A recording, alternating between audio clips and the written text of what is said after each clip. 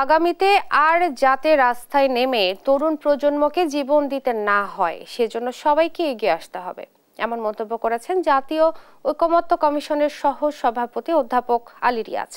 সকালে জাতীয় সংসদ ভবনের এলডি হলে ভাসানী জনশক্তি পার্টির সঙ্গে বৈঠকের শুরুতেই এ কথা বলেন তিনি।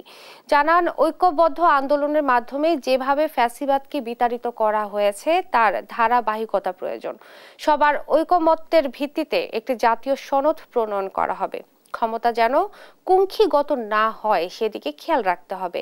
এ সময় ভাসানী জনশক্তি পার্টির আহ্বায়ক শেখ রফিকুল ইসলাম বাবলু বলেন, সংস্কার মাধ্যমে একটি নতুন বাংলাদেশ বিনির্মাণ করতে চায় ভাসানী জনশক্তি পার্টি। জাতীয় বীরদের সম্মান প্রদর্শন সহ বেশ কিছু প্রস্তাব নিয়ে এসেছেন তারা।